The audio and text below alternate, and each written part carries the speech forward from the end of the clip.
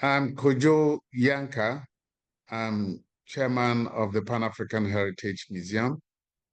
And today with my colleague, Professor Kofi Asare Opoku, we are presenting a short paper on indigenous knowledge and preservation of nature as African heritage. For us as Africans, our ancestors, or the people who lived here before us, understood themselves and their place in the universe.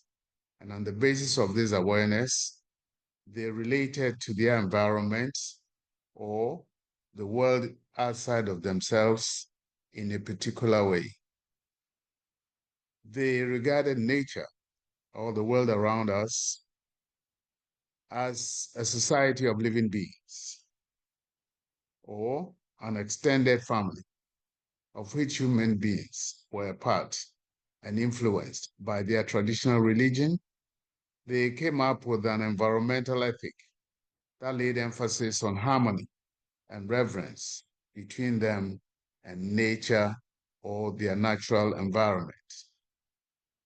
This attitude to nature was later to be misinterpreted by others who thought that our ancestors were worshiping nature and practicing Christ polytheism.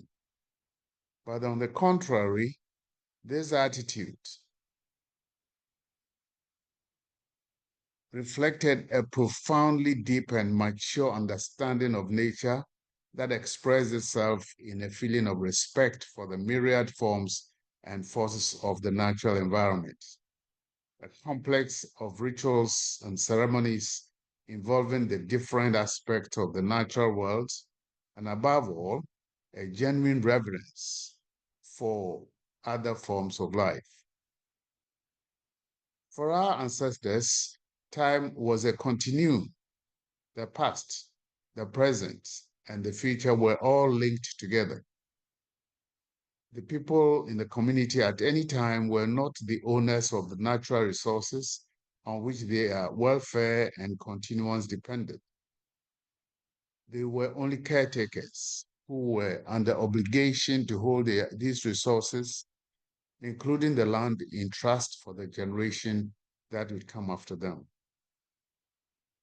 This attitude of our forebears led to the creation of a sustainable environment, for it enabled them to use the natural resources in such a way that future generations could come and use the same resources. For if your ancestors had not reserved or preserved their environment, there will be nothing left for us to come and destroy in our time. We know that there was a lot of wisdom in the attitude of our ancestors, and the loss of that wisdom has cost our present world dearly. The forests were very special in the lives of our ancestors. They relied on them for their very survival, for food, for medicine, fuel, clean water, and fresh air. The forests were also home for the animals, birds, and other creatures that were important to their self-understanding as humans. Beyond that, the forests were also a source of wisdom, for our ancestors' reflections on the forest and the creatures that lived in them led to the creation of proverbs that shed light on human life and conduct. In the next piece, I'd like to read on behalf of Professor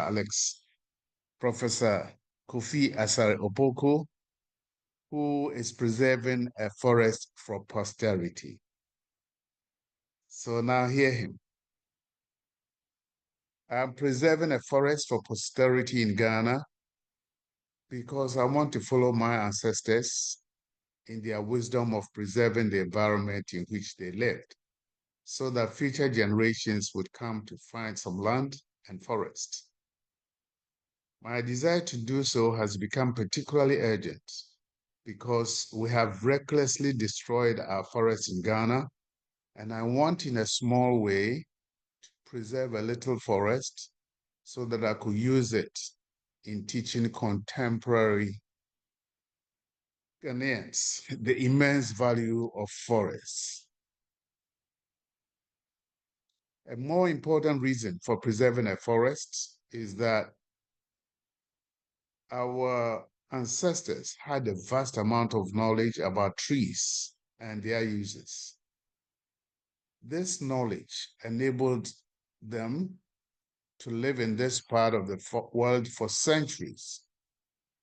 But this last vast body of knowledge is lost to us because the educational system we have today makes us strangers in our own environment.